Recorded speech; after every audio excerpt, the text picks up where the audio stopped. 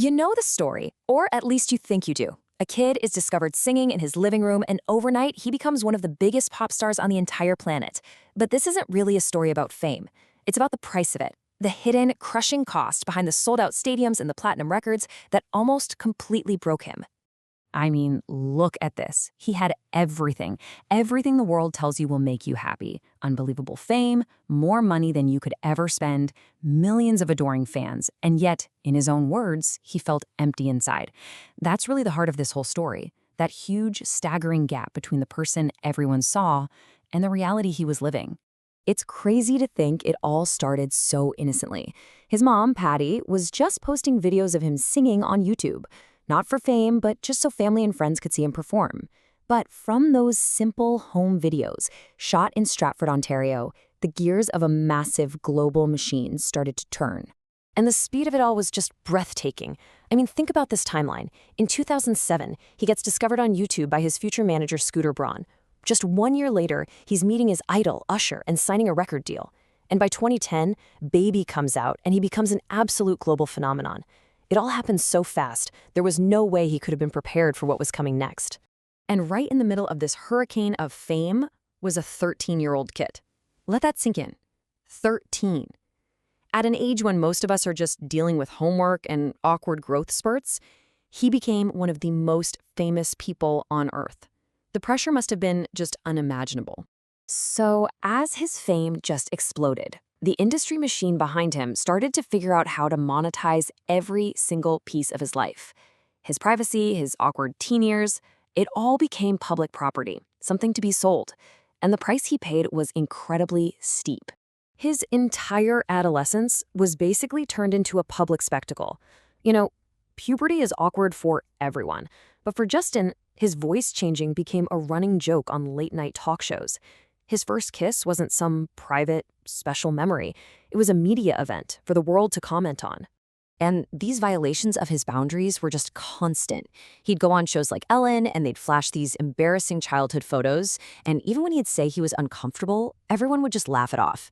You'd see hosts like James Corden repeatedly touching him and hugging him in ways that clearly made him squirm, but it was all just played for laughs. His personal space was treated like it didn't exist. Probably one of the most glaring and uncomfortable examples of this happened at the 2012 Billboard Awards. Actress Jenny McCarthy just grabs him on stage and forcefully kisses him on the neck on live television. He was only 18, and you can see the absolute shock on his face. He even said, "I feel violated." But the crowd, they cheered. It was all just part of the show.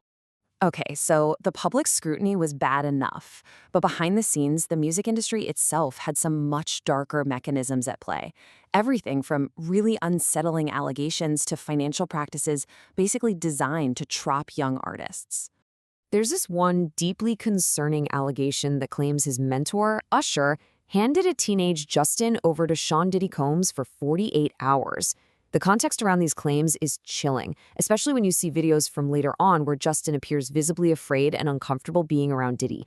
And then you have the financial traps. There's this key industry practice called cross-collateralization. Sounds complicated, right? But here's what it means in simple terms. If an artist album flops, the label doesn't just eat that loss. Nope.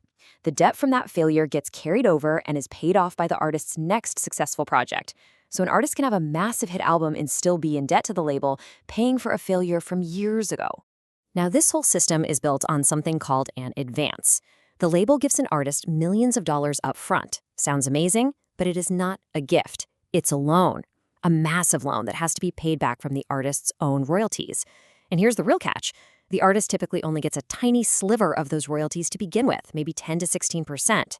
So even if they generate $100 million, most of that money goes straight back to the label to pay off that advance, leaving the artist with just a fraction. So you take all this insane pressure, the public hounding him, the industry exploiting him, these financial traps. Is it any real surprise that things started to completely unravel? That whole period from about 2013 to 2015, where his public image just collapsed, well, that reckless behavior was a direct symptom of everything that was happening to him behind the scenes. The public was seeing one story, but the private reality was so much darker and more dangerous. While the media was obsessing over DUIs and his relationship drama, he was actually battling a drug dependency that was so severe that his security team literally had to check his pulse at night just to make sure he was still alive. And then, in 2022, came this absolutely shocking blow. Justin posts a video, and he reveals he's been diagnosed with Ramsay-Hunt syndrome. It's this rare neurological condition that had caused total paralysis on one side of his face. He couldn't blink his eye, he couldn't move his nostril, he couldn't even smile. It was a devastating health crisis that brought his entire career to a screeching halt. Now, even with this severe neurological condition, half of his face literally paralyzed, allegations started to surface that his management was still pushing him to perform. It's like, to the industry, his health was secondary. A canceled tour wasn't seen as a necessary break for him to recover. It was just a loss of revenue. The machine had to keep running. All of this, the scary health issues, the immense financial pressure, and probably just a desperate desire to escape.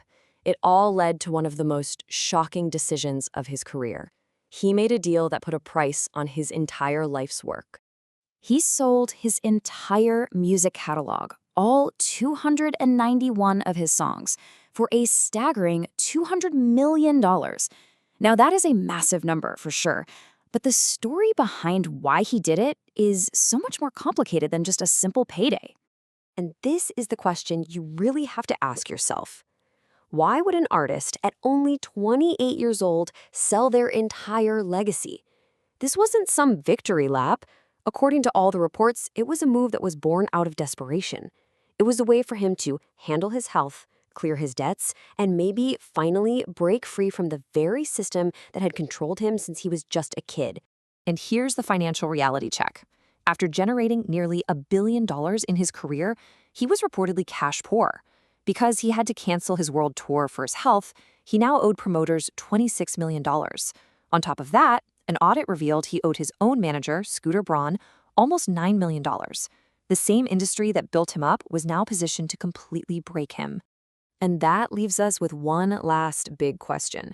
When you look at the whole story, from that kid in his living room to the global icon selling off his legacy, was a star truly born? Or was a child simply manufactured into a product that was exploited for all it was worth and then sold off when the cost of maintaining it became too high? The answer really seems to lie in the unbelievable price he was forced to pay.